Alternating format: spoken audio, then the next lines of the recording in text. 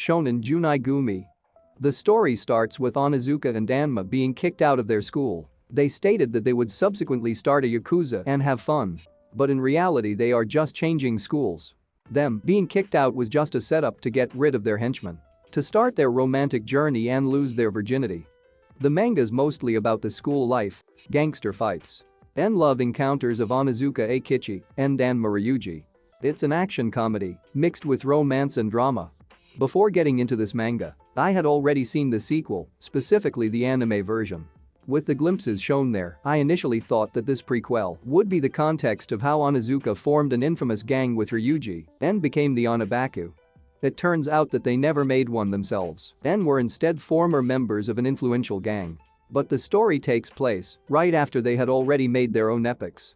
If I'm wrong then I'm wrong, but it's possible that the author of Lookism took pages from Shonen Junai Gumi, cause after reading certain parts, it strongly reminds me of characters or arcs from Lookism, such as this African-looking guy right here, who after a cardiac arrest suffered the inability to feel pain. Familiar? Others are the arcs where Onizuka became a detective and made a false accusation. And a ghost taking interest in Ryuji. It would be amusing if Lookism's author was indeed inspired by the story. Just like the others, this manga's art really improved a lot throughout the story. It went from this to this. The story has an arc where the characters compared the sizes of their dicks.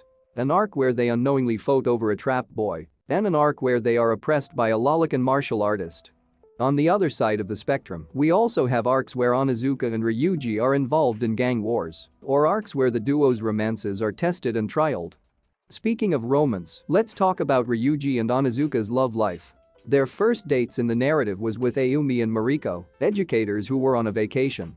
Starting with Ryuji and Ayumi, their relationship was well done from start to finish.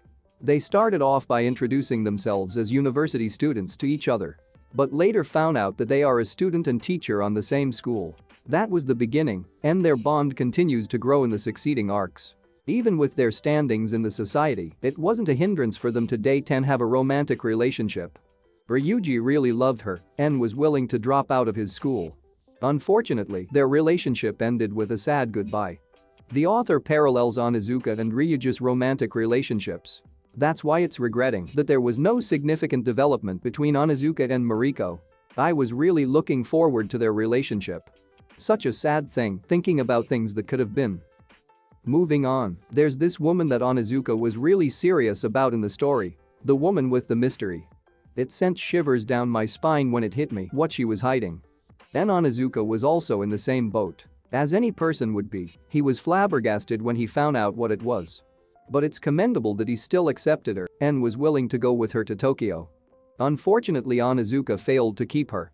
In the end, she got away. The author does a pretty good job in ending the arcs of characters. There's this antagonist named Akutsu, who was chasing the shadow of his role model. But in the end he will never be able to. Akutsu's arc was beautifully ended by him falling to the abyss, voicing out his thoughts to the person he looked up to. While also stating that he figured out what Mr. Masaki wanted to teach him. He was then carried off by Onizuka, who he thought was Masaki. We also have Sona, that Onizuka once dated. She comes to like Eikichi. But Eikichi wants to avoid her upon finding out that she has STD. Sona didn't give up and plotted a scheme for Christmas. After a lot of conflicts and stuff, Onizuka finally decides to date her despite her disease. But Sona decides to move on, telling Onizuka that she'll instead find her new love and become a girl he'll regret he never had. Leaving the Christmas present she gave him. She disappears into the snow and never came back to the story. The good points I've covered in this video are only a few of the manga's many charms. If you want to experience laughs, hangouts, romances, heartbreaks, and fights through the eyes of delinquents, then why don't you give Shonen Junai Gumi a try? And in case you don't know, there are sequels to this manga titled Great Teacher Onizuka and GTO Paradise Lost. So if you want to continue the ride, you're in for a lot. But you should also check out the GTO anime. Although it's not a complete adaptation, it's better than the manga.